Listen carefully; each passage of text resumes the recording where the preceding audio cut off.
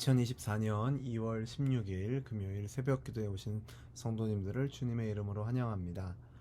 오늘 우리에게 주시는 하나님의 말씀은 마가복음 4장 1절에서부터 9절까지의 말씀, 또 14절에서 20절까지의 말씀입니다. 제가 가진 성경으로 신약성경 58면에 있는 마가복음 4장 1절에서 9절, 14절에서 20절까지의 하나님의 말씀을 제가 봉독하겠습니다. 예수께서 다시 바닷가에서 가르치시니 큰 무리가 모여들거늘 예수께서 바다에 떠있는 배에 올라 앉으시고 온 무리는 바닷가 육지에 있더라.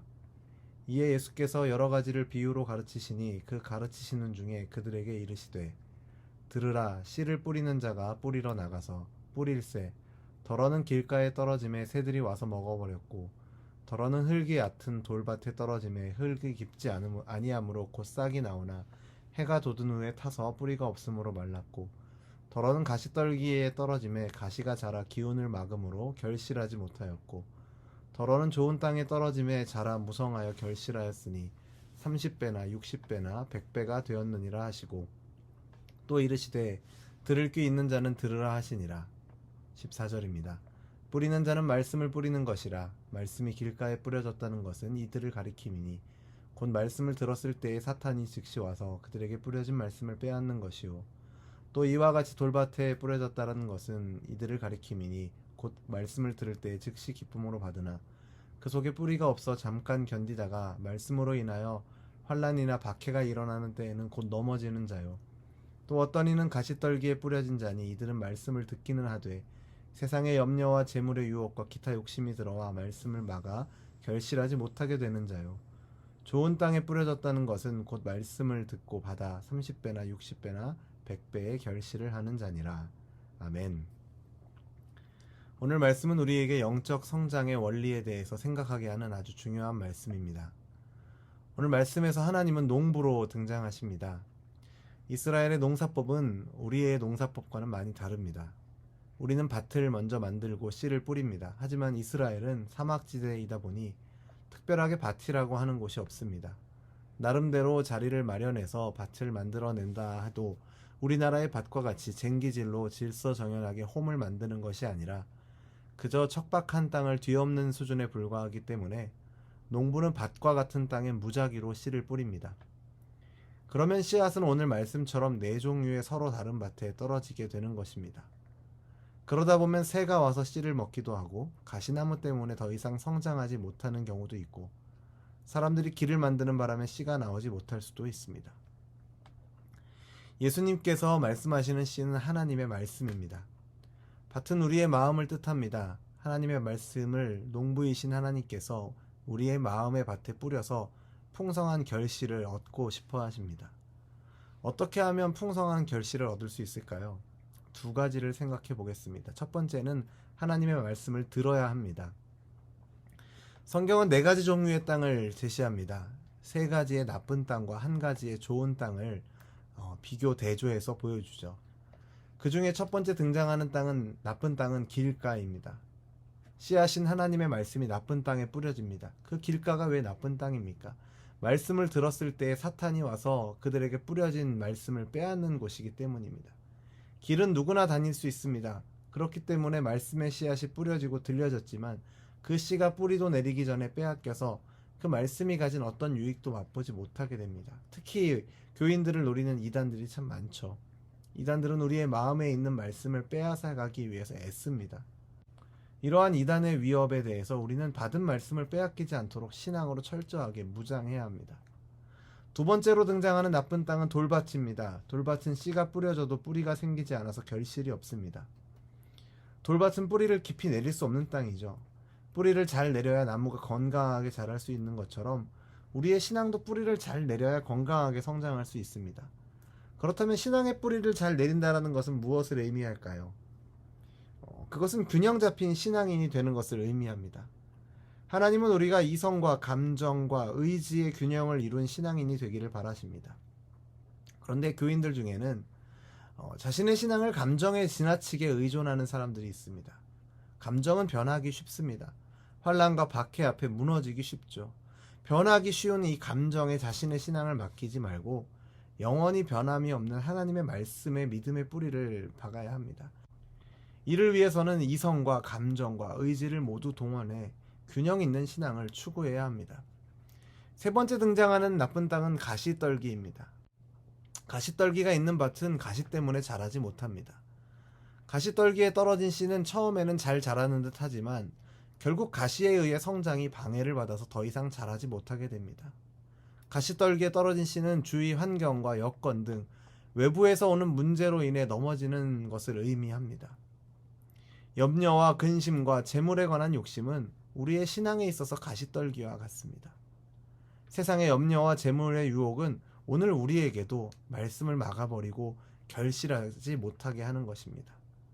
반면 좋은 땅에 뿌려진 씨는 어떤 것은 100배, 어떤 것은 60배, 어떤 것은 30배의 열매를 결실합니다.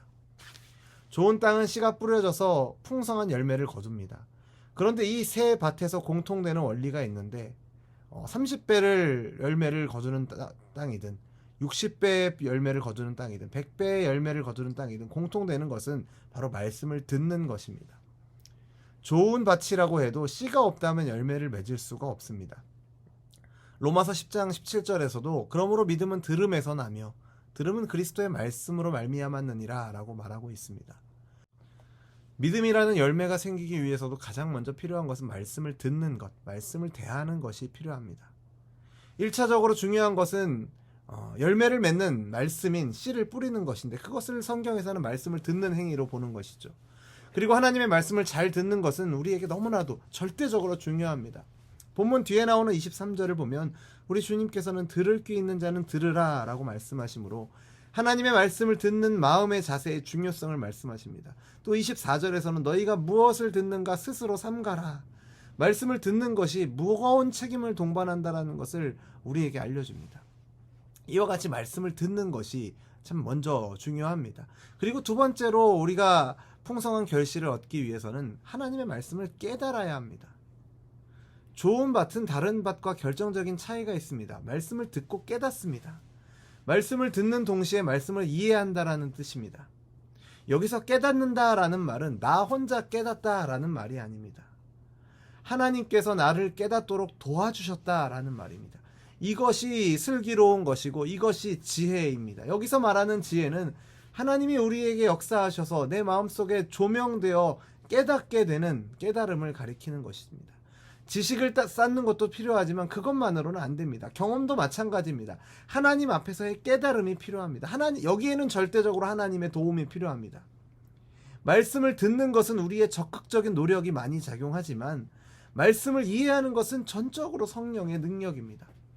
요한복음 14장에서도 보혜사 곧 아버지께서 내 이름으로 보내실 성령 그가 너희에게 모든 것을 가르치고 내가 너희에게 말한 모든 것을 생각나게 하리라 라고 분명하게 말하고 있습니다.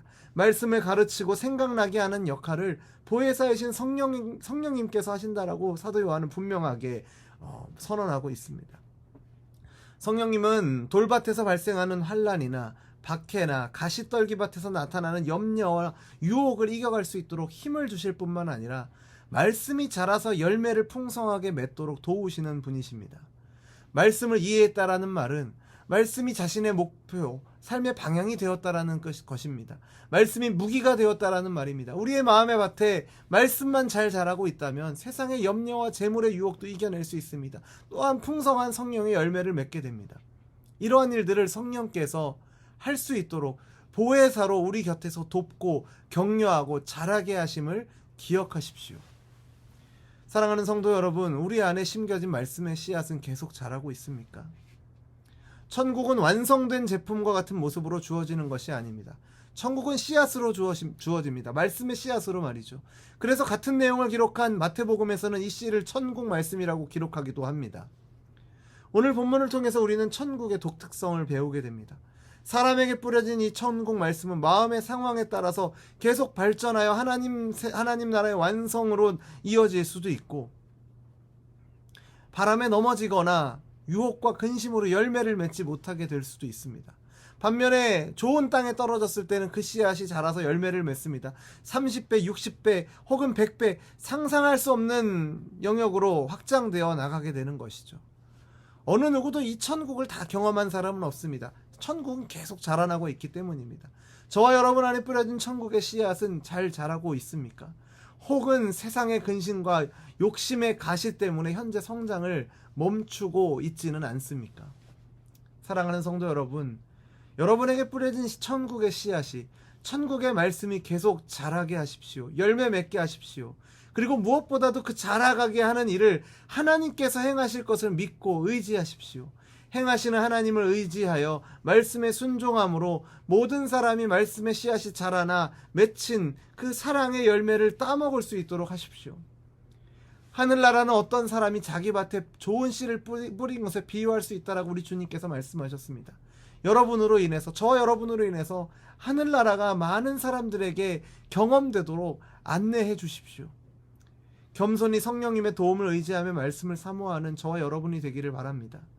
주님은 우리가 말씀에 진실하게 반응하고 순종함으로 삶이 변화되기를 기대하십니다. 그리고 우리에게 심겨진 말씀의 씨앗이 심겨지고 자라나서 열매를 맺고 이를 통해 또 다른 이에게 말씀의 씨를 뿌리는 자로 저와 여러분을 부르셨음을 기억하시는 저와 여러분이 되기를 바랍니다.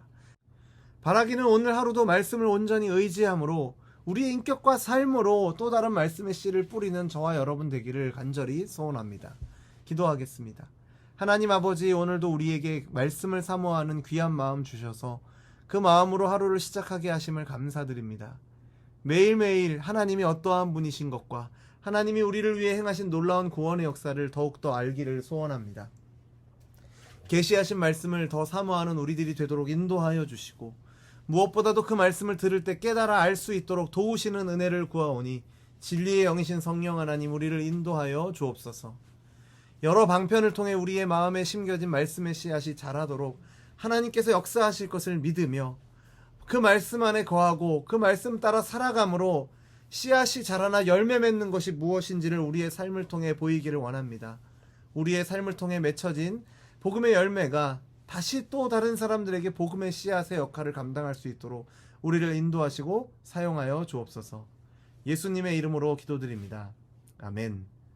우리 주 예수 그리스도의 은혜와 하나님 아버지의 사랑과 성령 하나님의 교통하심이 말씀 앞에 겸손히 서서 귀 기울이며 성령님의 도우심으로 말씀 따라 살아가며 말씀의 열매를 맺으며 삶을 통해 하나님 말씀을 증거하기를 소원하는 우리 열린비전교회 모든 성도들과 주님의 제자로서 살아가는 우리의 삶의 걸음 가운데 이제로부터 영원토록 항상 함께 있을지어다. 아멘.